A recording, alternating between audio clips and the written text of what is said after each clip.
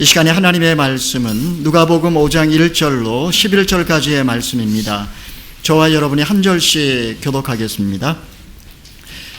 예수께서 하나님의 말씀을 들으려는 사람들에게 둘러싸여 게네사렛 호숫가에 서 계셨습니다. 예수께서 보시니 배 두 척이 호숫가에 대어 있고 어부들은 배에서 내려 그물을 싣고 있었습니다. 예수께서는 그들 중 시몬의 배에 올라타 그에게 배를 무태서 조금 떼어 놓으라고 말씀하셨습니다. 그리고는 배 위에 앉아 사람들을 가르치셨습니다. 말씀을 마치신 후 예수께서 시몬에게 명령하셨습니다. 물이 깊은 곳으로 나아가 그물을 내리고 고기를 잡아라. 시몬이 대답했습니다. 선생님, 저희가 밤새도록 애썼지만 아무것도 잡지 못했습니다. 그러나 선생님의 말씀대로 제가 그물을 내려 보겠습니다. 어부들이 그 말씀대로 했더니 그물이 찢어질 정도로 많은 고기들이 잡혔습니다. 그래서 그들은 다른 배에 있는 동료들에게 와서 도와달라고 손짓했습니다. 그들이 와서 두 배의 고기를 가득 채우자 배가 가라앉을 지경이 되었습니다. 시몬 베드로가 그 광경을 보고 예수의 무릎 앞에 엎드려 말했습니다. 주여, 제게서 떠나십시오. 저는 죄인입니다. 베드로와 그 모든 동료는 자기들이 잡은 고기를 보고 놀랐던 것입니다. 세베대의 아들들이며 시몬의 동료인 야고보와 요한도 놀랐습니다. 그때 예수께서 시몬에게 말씀하셨습니다. 두려워하지 마라. 이제부터 너는 사람을 낚을 것이다. 함께 읽겠습니다. 그리하여 그들은 자신들의 배를 무태대고 모든 것을 버려둔 채 예수를 따라갔습니다. 아멘. 현대인들이 가장 두려워하는 것은 의미 없는 삶입니다. 어느 날 자신이 아무런 의미도 없는 삶을 살아왔다는 것을 발견하는 순간 그는 절망하게 됩니다. 절망은 그를 죽음에 이르게 만듭니다. 그러나 불행하게도 현대사회는 인간에게 의미 있는 삶을 가르쳐주지 않습니다. 오히려 약육강식의 세상 속에서 살아남으려면 더 강해져야 된다라고 외칩니다. 상당수의 기업들이 경쟁력 있는 회사를 만들기 위해서 매년마다 구조조정을 단행합니다. 그 과정에서 희생되는 사람들은 주로 경쟁력이 없는 30대, 40대입니다. 직장에 들어가 온 정열을 쏟아 10년, 20년, 30년을 충성해도 결국은 50대 초반이 되면 결국은 사회로 내어 쫓기게 되고 사회의 낙오자로 전락하는 것, 이것이 냉정한 현실입니다. 얼마 전에 대한민국 최남단 마라도를 방문을 한 적이 있었습니다. 모슬포항에서 배를 타고 한 40여 분 가까이 이 배를 타고 갈 때에 수많은 갈매기 떼들이 그 따라오는 그 장관을 본 적이 있었습니다. 사람들이 그 수많은 갈매기 떼들이 배를 따라오는 그런 장면을 보면서 정말 너무나 그 자연의 아름다움 앞에 그 카메라를 찍어대는 그런 것을 기억합니다. 하지만 그 갈매기의 관심은 사실은 아름다운 자연 경관이 아니라 사람의 손에 들려있는 새우깡 한 조각이었습니다. 한 마리가 새우깡을 낚아채자 또 한 마리가 주둥이를 물어뜯고 새우깡을 뺏어갑니다. 갈매기는 자연의 아름다움, 창조주의 신비 이런 데는 별로 관심이 없습니다. 오직 줄인 배를 채워줄 수 있는 먹이만 있으면 됩니다. 여러분, 이것이 세상의 원리입니다. 사람들은 배가 고프면 오직 배를 채워줄 수 있는 바로 그것을 원하지만 배가 부르기 시작하면 그것으로 더 이상 만족하지 못하고 더 많은 것을 소유하려고 서로 물고 뜯고 싸웁니다. 왜 그럴까요? 이 세상의 재화는 한계가 있기 때문에, 나의 미래를 알 수 없기 때문에 모아두는 것입니다. 나의 미래를 확실하게 보장받기 위해서 더 많은 권력을 얻으려고 위로 올라가려고 몸부림을 치고, 그리고 나보다 약한 자를 지배하려고 하는 것, 이것이 세상의 원리입니다. 만인에 대한 투쟁. 여러분, 세상이 불행한 이유가 여기에 있는 것입니다. 만약에 우리가 살아가고 있는 삶이 전부라면, 이것이 만약에 전부라면 여러분, 우리의 인생은 얼마나 불행하고 얼마나 무의미할까요? 이 시간 우리는 시몬 베드로의 모습을 통해서 삶의 의미에 관해서 여러분과 함께 생각을 해보기를 원합니다.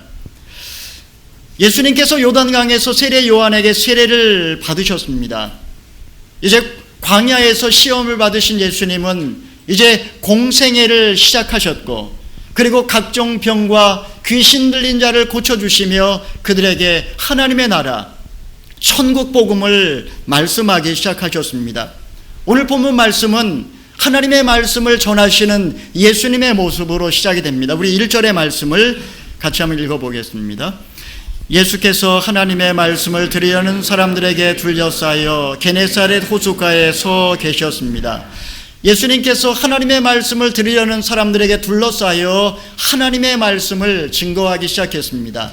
갈릴리 바다 또는 디베리아 바다라고 불리우는 이 게네사렛 호수, 사실 이 호수는 폭정과 가난에 시달리는 이스라엘 백성들에게 있어서 젖줄기와 같은 그런 호수라고 할 수 있습니다. 그 호수 주변에는 15,000명 이상의 그 큰 도시들이 9개나 몰려 있었고, 기네렛 평야에서는 많은 곡물들이 수확이 됐고, 그리고 이 게네사렛 호수에서 잡히는 물고기들은 건어로 말려서 멀리 스페인까지 수출될 정도로 아주 유명한 그런 곳이었습니다. 이 아름다운 바닷가에 예수님께서 서 계십니다. 아마 예수님께서는 아침 시간 조용히 하나님의 임재 속에 주님과 기도하기를 위해서 아마 이곳에 나와 계신 것 같습니다. 하지만 예수님의 소문을 듣고 수많은 병자들이, 각색 인생의 문제를 안고 있는 많은 사람들이 예수님께 몰려들었고, 그리고 발 디딜 틈이 없을 정도로 예수님을 에워싸게 되었습니다. 예수님은 그들을 향하여 낭랑한 목소리로 호숫가에 그들에게 천국의 복음을 증거하기 시작하셨습니다. 그런데 예수님께서 이렇게 말씀을 증거하는 것과 상관없이 그 귀퉁이에서 조용히 자신의 일만에 집중하고 있는 무리들이 보입니다. 그들은 시몬 베드로와 그의 동료 어부들이었습니다. 그들은 다른 사람이 어떻게 살든지 상관없이 그저 자기의 일에 묵묵히 성실하게 살아가는 생활인이라고 할 수 있습니다. 그런데 예수님께서 그들을 물끄러미 바라보셨습니다. 그리고 그들 중 한 사람이 시몬의 배를 띄우기를 요청하셨고, 그리고 그 배에 올라가서 강대상 삼아 사람들에게 하나님의 말씀을 증거하기 시작했습니다. 아마도 무리들이 너무 많았고, 그리고 그때가 아마 호숫가로부터 바람이 불어오는 때였기 때문에 이 배를 강대상 삼아 말씀을 증거하고자 하셨던 것입니다. 우리 4절의 말씀을 읽어보겠습니다. 말씀을 마치신 후 예수께서 시몬 베드로에게 명령하셨습니다. 물이 깊은 곳으로 나가 그물을 내리고 고기를 잡아라. 이제 예수님께서 설교를 다 마치신 후 시몬 베드로에게 관심을 갖고 갑자기 베드로에게 물이 깊은 곳으로 가서 그물을 내려 고기를 잡으라 라고 뜬금없이 말씀을 하셨습니다.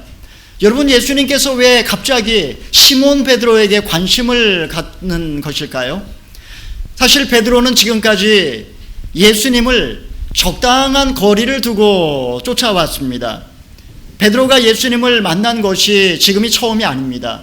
베드로는 이미 예수님을 2번이나 만난 경험이 있습니다. 처음에 그가 예수님을 만났던 곳은 시몬의 장모였던 그 한 여인의 열병을 고침받는 사건에서였습니다. 예수님께서 안수하시자 시몬의 장모의 열병이 순식간에 떠났습니다. 또 한 번은 예수님께서 시몬 베드로를 만났을 때의 사건입니다. 그때 예수님께서는 시몬을 보시고 게바, 곧 베드로라고 하는 이름을 지어주셨습니다. 예수님은 베드로를 보는 바로 그 순간에 시몬처럼 모래알과 같은 그의 인생이, 모래알과 같은 그런 인생이 반석과 같은 인생으로 변화될 그런 비전을, 소망을 베드로를 통해 보셨던 것입니다. 이렇게 예수님을 2번이나 만났음에도 불구하고 사실 시몬은 예수님을 따를 자신이 없었습니다. 그는 처자식을 먹여 살려야 했고, 그리고 예수님을 따를 만큼 그런 큰 믿음은 없었습니다. 사실 지금 이 시간에 예수님께 배를 빌려드리긴 했지만 그는 지금 고단한 몸을 이제 눕히고 이제 하루를 쉴 그 안식의 시간을 기대하며 그물을 싣고 있었습니다. 그런데 말씀을 다 마치신 예수님께서는 시몬에게 관심을 가지시고 그에게 질문을 하십니다. 물이 깊은 곳으로 나아가 그물을 내려 고기를 잡으라. 여러분, 왜 뜬금없이 갑자기 베드로에게 이런 명령을 하신 것일까요? 여러분, 사실 이 말씀의 의미는 경험의 세계, 이성의 세계, 상식의 세계를 벗어나서 이제는 믿음의 세계, 영적인 세계, 영원한 세계로 나아오라고 하는 예수님의 초청의 음성이라고 할 수 있습니다. 예수님께서는 얕은 바닷가에서 천방거리고 있는 베드로에게 이제는 깊은 영적인 세계로 들어올 것을 불러주신 것입니다. 그렇다면 이에 대한 시몬 베드로의 대답이 무엇입니까? 우리 5절의 말씀을 읽어보겠습니다. 시몬이 대답했습니다. 선생님, 저희가 밤새도록 애썼지만 아무것도 잡지 못했습니다. 그러나 선생님의 말씀대로 제가 그물을 내려보겠습니다. 베드로는 밤이 맞도록 수고했지만 한 마리의 물고기도 잡지 못했습니다. 여러분, 어떻게 한 마리의 물고기도 잡지 못할 수가 있을까요? 갈릴리 바닷가에서 잔뼈가 굵은 베테랑 어부 시몬, 참으로 지난 밤은 힘겨운 시간이었습니다. 그물을 씻으면서도 아마 그의 마음속에는 아마 자신의 삶에 대한 무의미를 느꼈는지도 모릅니다. 이렇게 먹고 살기 위해서 밤이 맞도록 수고해야 되는 그의 인생, 그는 자신의 인생에 대한 깊은 한계와 회의를 느꼈는지도 모르겠습니다. 그런데 아침 시간에 그물을 씻을 때에 예수님께서 낭랑한 목소리로 천국의 복음을 증거하시는 그 목소리를 들으면서 그는 아마 그분의 메시지 속에서 깊은 은혜를 받았음에 분명합니다. 이제 설교를 마치신 예수님께서 시몬 베드로에게 깊은 곳으로 가서 그물을 내려 고기를 잡으라. 베드로에게 관심을 가지시고 명령하신 주님의 음성, 그는 굉장히 놀랬을 것입니다. 무엇보다도 그는 내가 과연 이 말씀대로 순종할 것인가 잠깐 갈등도 했을 것입니다.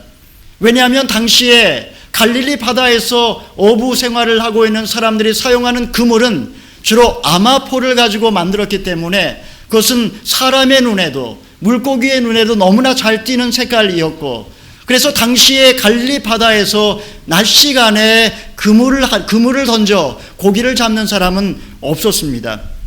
오직 저녁 시간에 출항을 해서 밤새도록 고기를 잡고 그리고 새벽 시간에 들어와 쉬는 일과, 이것이 당시 갈릴리 바닷가에 살아가고 있는 어부들의 일상이었습니다. 그러므로 아무리 예수님의 말씀이라 할지라도 베드로가 순종하는 것은 결코 쉽지 않았을 것입니다. 그런데 이상하게도 베드로는 말씀에 순종합니다. 그는 자신의 불신과 그리고 자신의 자존심을 버리고 단지 한번 믿고 싶은 마음이 생겼습니다. 그래서 그가 뭐라고 말합니까? 말씀에 의지하여 내가 그물을 내리리이다. 그는 예수님의 말씀을 귓가로 들으면서 저 신령한 분이 누구실까? 저분의 말씀에 뭔가 신비로운 하나님의 능력, 어떤 하나님의 임재를 경험했음에 분명합니다. 그래서 그는 한번 말씀에 의지해서 이해할 수 없지만, 해석되지 않지만, 상식적으로 용납되지 않지만 말씀에 의지해서 내가 한번 순종해 봐야 되겠다, 그런 믿음이 생겼던 것입니다. 여러분, 그런데 놀라운 일이 벌어집니다. 기적이 일어난 것입니다. 그물을 내렸을 때 그물이 찢어질 정도로 엄청난 물고기가 잡혔고, 동료들이 와서 끌어올렸을 때에 배가 가라앉을 지경이었습니다. 사랑하는 성도 여러분, 여러분의 인생에 빈 그물질을 하면서 고단한 밤을 지내오셨습니까? 밤이 맞도록 수고하였으나 얻은 것이 없는 인생, 삶의 무의미를 느끼면서 정말 내가 이렇게 살아야 되는가, 내 인생에 낙이 없다고 고백하는 바로 그날 주님은 찾아오십니다. 그리고 이해할 수 없고 해석되지 않고 받아들일 수 없고 감당할 수 없는 말씀으로 나를 찾아오십니다. 여러분, 만약에 주님이 내게 뭐라고 말씀하셨다면 내가 이해할 수 없지만 받아들일 수 없지만 나의 불신을 내려놓고 그리고 나의 자존심도 내려놓고 단순히 믿고 순종하기만 하면 깜짝 놀랄 만한 기적이 일어날 줄 믿으시기를 바랍니다. 바로 그 사건을 통해 베드로는 주님을 만납니다. 하나님의 경험. 그리고 베드로는 피상적인 세계, 상식의 세계, 이성의 세계를 초월해서 존재하는 영혼의 세계, 영적인 세계, 저 깊은 바다와 같은 그러한 세계를 그는 만나게 됩니다. 그리고 그의 인생은 바뀌었습니다. 우리 8절의 말씀 읽어보겠습니다. 시몬 베드로가 이 광경을 보고 예수의 무릎 앞에 엎드려 말했습니다. 주여, 제게서 떠나십시오. 저는 죄인입니다. 여러분, 놀라운 기적을 체험한 베드로의 고백은 너무나 뜻밖입니다. 그는 오히려 나는 죄인입니다. 나를 떠나십시오. 그는 하나님 앞에, 예수님 앞에 무릎을 꿇고 떨면서 외칩니다. 여러분, 그가 어떻게 이런 고백을 하는 것일까요? 그것은 조금 전까지만 해도 그 예수님에 대한 호칭이 선생님이었으나 물고기를 잡은 다음에 주여라고 바뀌는 것을 통해서 그가 바로 하나님을 경험했기 때문에 이런 일이 일어나는 것을 알 수 있습니다. 조금 전까지만 해도 신령한 랍비요, 말 이스라엘의 선지자로 생각했던 예수님, 바로 그분이 이 땅 가운데 육신을 입고 오시기로 약속된 메시아, 아도나이, 하나님이라는 사실을 그는 깨달았던 것입니다. 하나님이 바로 이 자리에 계시다라는 것을 경험했을 때 그는 갑자기 두려움에 사로잡히며 무릎을 꿇고 엎드려 자신의 죄인됨을 고백하고 그리고 자신을 떠나달라고 간청합니다. 제가 전에 한번 말씀을 드렸던 적이 있습니다. 인간이 하나님을 경험할 때 어떤 일이 벌어질까요? 인간이 하나님을 경험할 때 그는 첫 번째로 두려워 떱니다. 트레멘둠, 떨림. 그는 하나님의 임재 속에 그야말로 자신이 얼마나 초라하고 얼마나 부끄럽고 얼마나 엉망진창인 인생인지를 깨닫기 시작합니다. 그전에는 그래도 괜찮은 사람이라고 생각했지만 하나님의 임재 앞에 자신의 죄악된 모습이 드러나면서 절망하게 됩니다. 주여, 나를 떠나소서. 두 번째는 신비로움입니다. 하나님의 임재는, 하나님의 역사는 너무나 신비롭기 때문에 그 경험을 인간의 언어로 다 표현할 수 없기 때문에 대개의 경우 하나님의 임재 경험한 사람들은 그 하나님의 임재를 상징을 통해서만 표현할 수 있습니다. 요한계시록에 나오는 그 놀라운 사건들, 이 사건들은 사실은 다 상징으로 표현한 것입니다. 세 번째로는 하나님의 경험은 파스키난스라고 말합니다. 황홀함입니다. 여러분, 사랑하는 사람과 함께 있을 때의 그 황홀함, 그 황홀함과 비교할 수 없는 엄청난 황홀함이 하나님의 임재를 통해 경험합니다. 이 세상 그 어디에서도 무엇을 해도 얻을 수 없는 그 황홀함을 하나님의 임재를 통해 경험하기 때문에 영혼의 희열을 느끼고, 그리고 이 맛을 한 번 본 사람은 더 이상 이 세상의 즐거움과 이 세상의 쾌락에 미련을 두지 않고 그 영원한 것을 위하여, 그 영원한 걸 위하여 자신의 모든 것을 버립니다. 여러분, 이사야 선지자가 하나님을 경험했던 적이 있습니다. 거룩 거룩 거룩하다 만군의 여호와여. 천사들이 외치는 그 장면을 보았을 때 이사야 선지자는 엎드립니다. 그리고 화로다 나여 망하게 되었도다. 나는 입술이 부정한 사람이요 입술이 부정한 사람들 중에 거하면서 만군의 여호와 하나님의 얼굴을 배웠음이로다. 그는 절망하며 슬퍼하며 부르짖습니다. 여러분, 이것이 하나님의 경험입니다. 베드로는 지금 지난 인생을 통해서 자신이 죄인이라고 한 번도 생각해 본 적이 없었습니다. 그가 특별하게 이스라엘 백성 가운데 어떤 죄를 지어서 죄인으로 지목이 된 적도 없고, 그는 그저 성실하게 처자식을 먹여 살리기 위해서 밤새도록 고기를 잡는 평범한 어부에 불과했습니다. 그는 성실한 생활인이요 책임 있는 가장으로서 주일마다 안식일마다 신실하게 아마 회당에서 예배를 드렸을 것이고, 그리고 율법에 관해서도 그는 경외심을 가지고 준행했음에 분명합니다.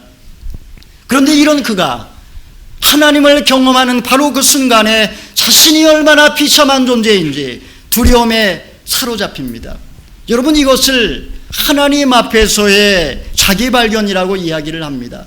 내가 누구인지, 내가 하나님 앞에 어떤 존재인지를 발견하는 바로 그 순간, 그는 이제 자신이 평범하게 성실하게 그렇게 살아왔지만, 그러나 하나님이 주신 사명, 하나님이 주신 사명을 따라 살지 못했던 것, 바로 그것이 죄인 것을 발견한 것입니다. 여러분, 죄라는 게 율법을 지키지 않고 도덕적으로 윤리적으로 타락하며 살아가는 것이 죄가 아닙니다. 죄는 관역을 빗나갔다, 하나님이 원래 원했던 그 삶을 살아가지 못하는 것 자체가 죄입니다. 우리가 도덕적으로 율법적으로 윤리적으로 문제가 없다 할지라도 내 인생이 하나님께 고정되어 있고 하나님의 영광을 위하여 사명을 위하여 살아가지 않는다면 그 인생은 죄입니다.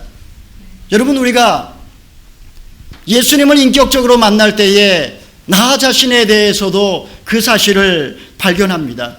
나 자신이 얼마나 큰 죄인인지.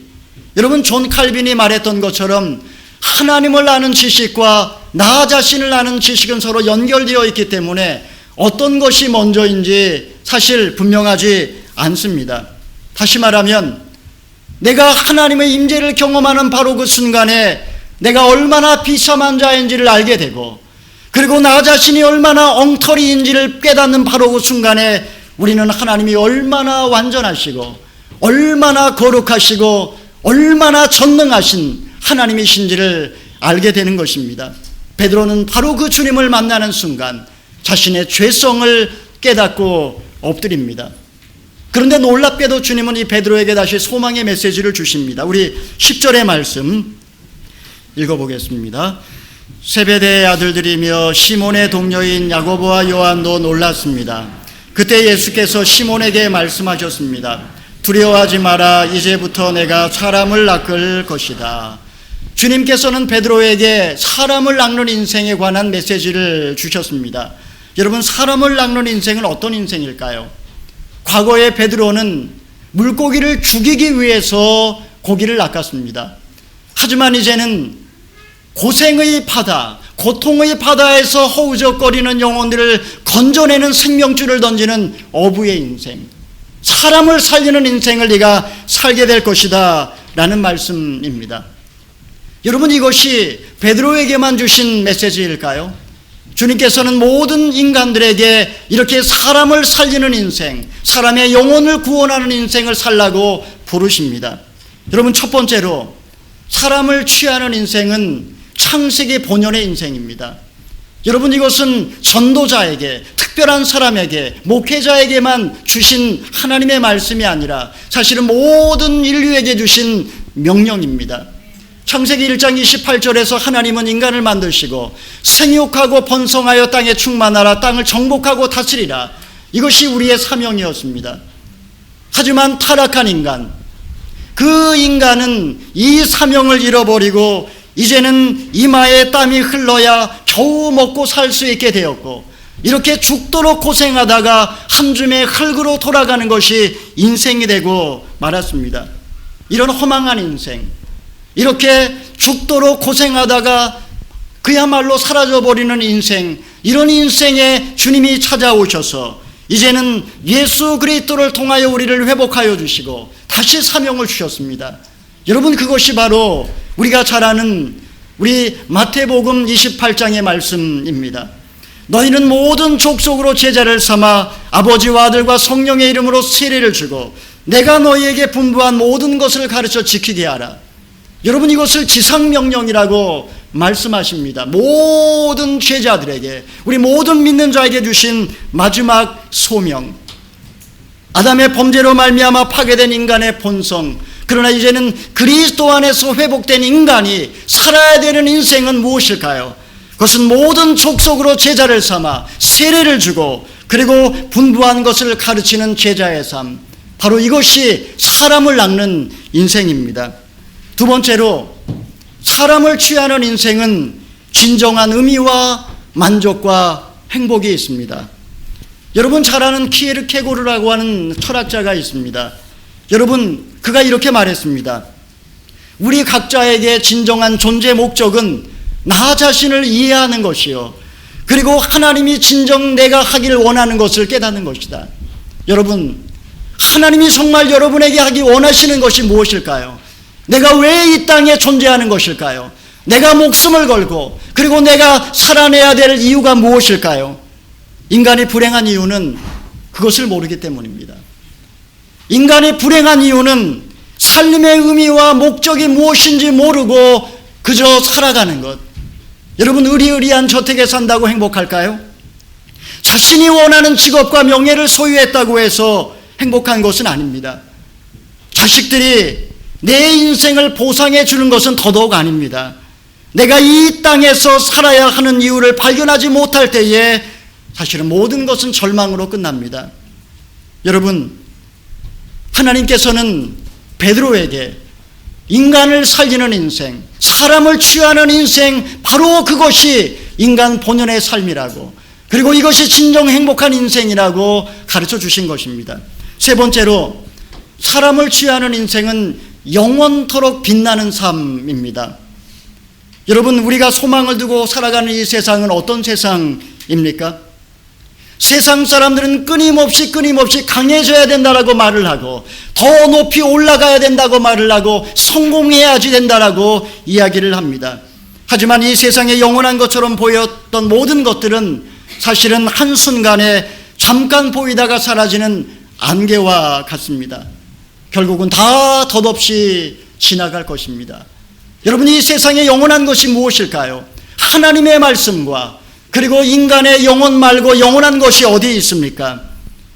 방황하는 영혼을 구원하는 삶, 방황하는 영혼을 말씀으로 섬기는 것, 방황하는 영혼을 위하여 기도하는 것, 방황하는 영혼을 품고 감당하는 말씀, 이 사람의 영혼을 섬기는 것이야말로 영원토록 빛나는 인생입니다. 우리 다니엘 12장 3절의 말씀을 같이 한번 읽어보겠습니다. 시작. 지혜로운 사람은 하늘이 밝게 빛나는 것처럼 빛날 것이고, 많은 사람들을 의로 이끄는 사람은 별처럼 영원히 빛날 것이다. 여러분, 베드로는 지금까지 비린내 나는 인생, 그야말로 물고기를 잡는 어부의 평범한 인생을 살았습니다. 하지만 그가 사람을 취하는 인생으로 인생의 목적, 자신이 살아내야 될 그 사명을 발견하는 순간 그는 모든 인류가 흠모하는 인류의 스승이 되었습니다.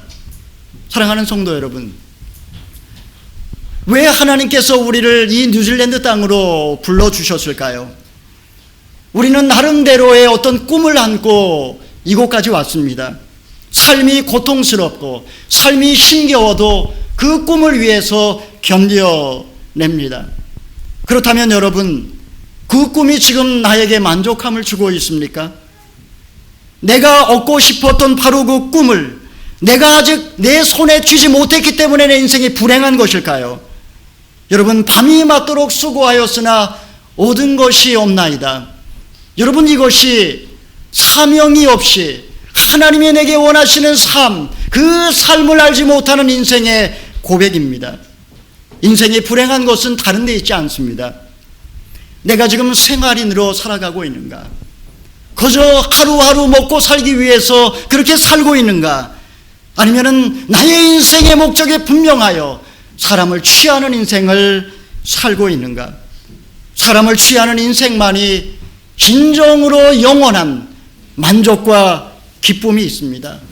그리고 다니엘이 말씀하신 것처럼 하늘에 빛나는 영원한 상급이 있는 삶, 바로 그것이 사람을 살리는 인생, 사람의 영혼을 취하는 인생, 인간을 섬기는 인생인 줄 믿으시기를 바랍니다. 여러분, 그렇다면 우리가 누구나 다 이런 인생을 살길 원합니다. 어떻게 해야 할까요?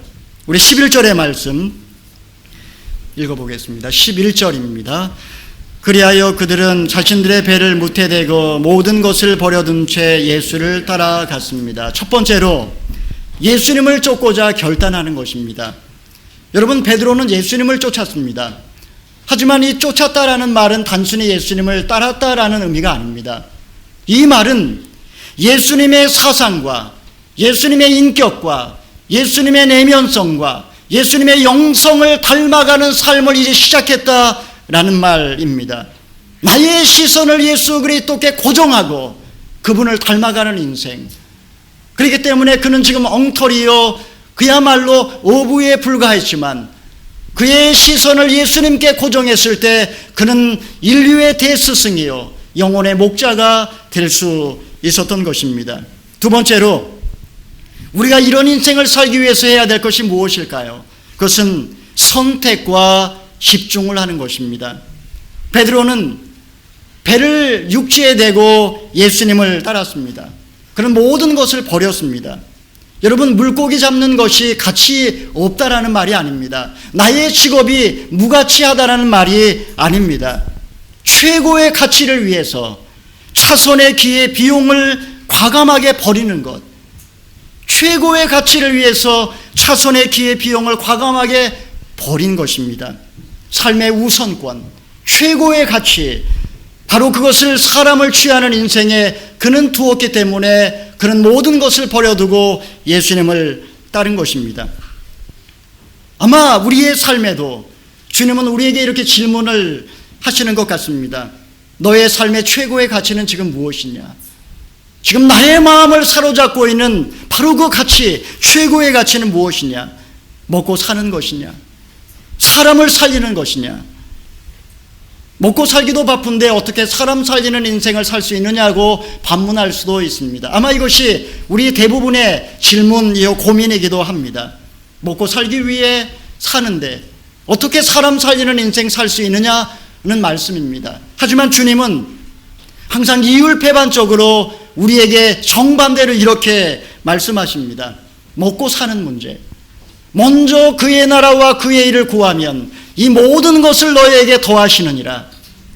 여러분, 저는 뉴질랜드 온누리 교회에 와서 사역하면서 참 감동적인 일들을 종종 발견하게 됩니다.